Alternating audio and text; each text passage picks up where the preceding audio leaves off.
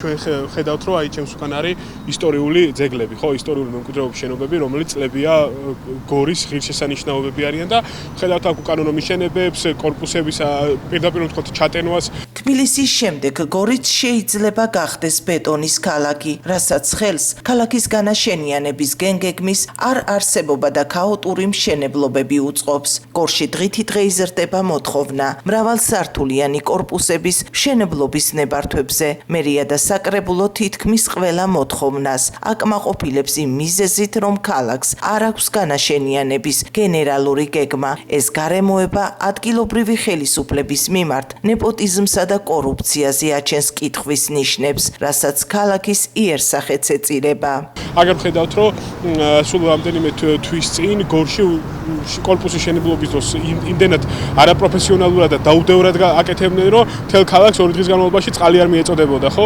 ეს ფაქტორები ძალიან დიდ როლს თამაშობს იმისათვის, რომ დავინახოთ, რომ როგორი ურბანულ პოლიტიკას აწარმოებს ქართული ოცნება დღეს საქართველოში. ჩვენ ვიცით, რომ აი ამის გამო ძალიან ბევრი მუნიციპალიტეტში დააკავეს უკვე ესეთი ადამიანები, რომლებიც სათავეში ედგნენ აი ამ ურბანულ სიბინძურეებს, რასაც აკეთებენ, ხო? და აი გორის მუნიციპალიტეტშიც, ხო, აი მაგალითად ისეთ ადამიანებზე აძლევენ ამ ტენდერებს, შენებლობის ტენდერებს და უფლებებს, რომელიც აუცილებლად უნდა იყოს დაკავშირებული პარტიულ ქართულ ოცნებასთან, რომელიც აუცილებლად უნდა იყოს მათი ხმების მომტანი, პირდაპირ ვთქვათ და ეს ადამიანები პირდაპირ ამახინჯებენ ქალაქის ურბანისტიკას, იმიტომ რომ ეს პრაქტიკა თბილისშიც უკვე კარგად არის დანერგილი, ანუ ვიცით რომ თბილისის ქუჩები, ისტორიული შენობები ინგრევა და რაღაც მრავალსართულიანი სასამჯენები შენდება იმისათვის, რომ უფრო მეტად იყოს გაყიდვა და უფრო მეტი ადამიანი შესახლდეს, ხო? და უფრო მეტი მოგება ნახონ.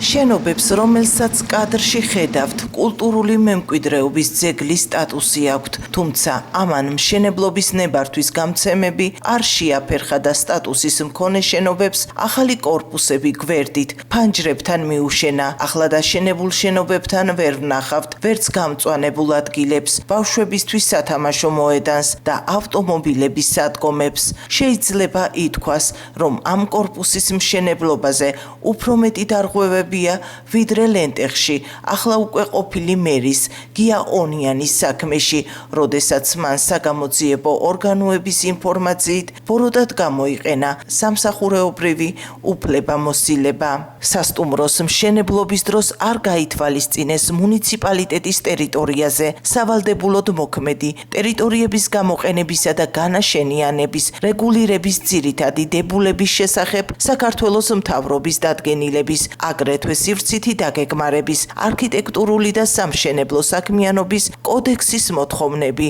მშენებლობის ადგილზე კულტურული მემკვიდრეობის ძეგლის არსებობა და მიუხედავად იმისა, რომ მშენებლობის საკითხი შეთანხმებული არ ჰქონდათ კულტურული მემკვიდრეობის დაცვის ეროვნულ სააგენტოსთან, ასეთ პირობებში გასცეს კანონმდებლობის შეუსაბამო სამშენებლო ნებართვები.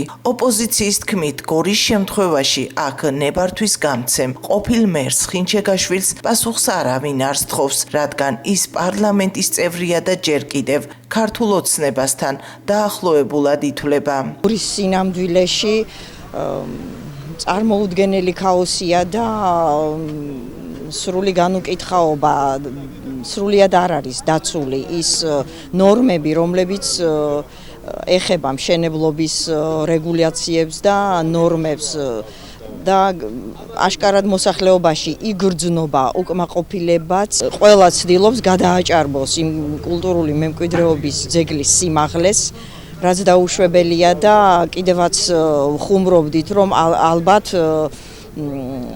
გუმბათისა და შპილის სიმაღლეს გულისხმობენ ამ სიმაღლეში და ამითი ამართლებენ თავიანთი მშენებლობების სიმაღლეს.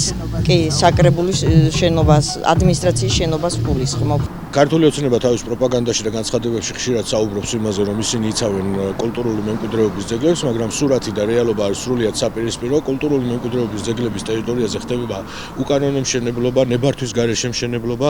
ქართული ოცნების პირობებში ჩვენ ხედავთ, რომ მახინჯდება ქალაქები, მაგალითად გორის მაგალითი ბევრი შეიძლება გავიხსენოთ, როგორ დამახინჯდა ბოლო წლების განმავლობაში, თუნდაც ცენტრალური უბნების ტერიტორიაზე, თუნდაც საკრებულოს მიმდებარე ტერიტორიაზე, სადაც წესით უნდა კულტურული მნიშვნელობის ტერიტორიები ყოფილიყო, რეკრეაციული ზონები უნდა ყოფილიყო, მაგრამ ჩვენ ვხედავთ, რომ კანონოდ ან ხშირ შემთხვევაში ხელისუფლებასთან დაახლოებული კომპანიების მიერ ხდება მოპოვება ნებართვების და შენდება უზარმაზარი კომპლექსები. ამას ემატება ისიც, რომ ხშირ შემთხვევაში პირველი სტარტი და ნებართვა არის სხვა პროექტების მიმართულებით, მაგრამ უკვე მშენებლობის პერიოდში იცვლება ნებართვებში პირობები და იმის მაგივრად, რომ მაგალითად დაწყებული სპორტ კომპლექსები იქნება, ეს საცურაო აუზები თუ სხვადასხვა ტიპის მშენებლობები, რომელიც ნებართვის ფარგლებში დაიწყეს, უკვე გადაიქცევა ხოლმე საცხოვრებელ კორპუსებად და შედეგად ვიღებთ იმას, რომ ქართულ ოცნებასთან დაახლოებული ბიზნესები შეულებენ მილიონებს და ქვეყანა და ქალაქები მახინჯდება. საზოგადოებაში გაჩენილი კითხვებიდან გამომდინარე დაინტერესდება თუ არა საგამოძიებო ორგანოები გორში მშენებლობის ნებართვების კანონიერების საკითხით ამ დროისთვის უცნობია.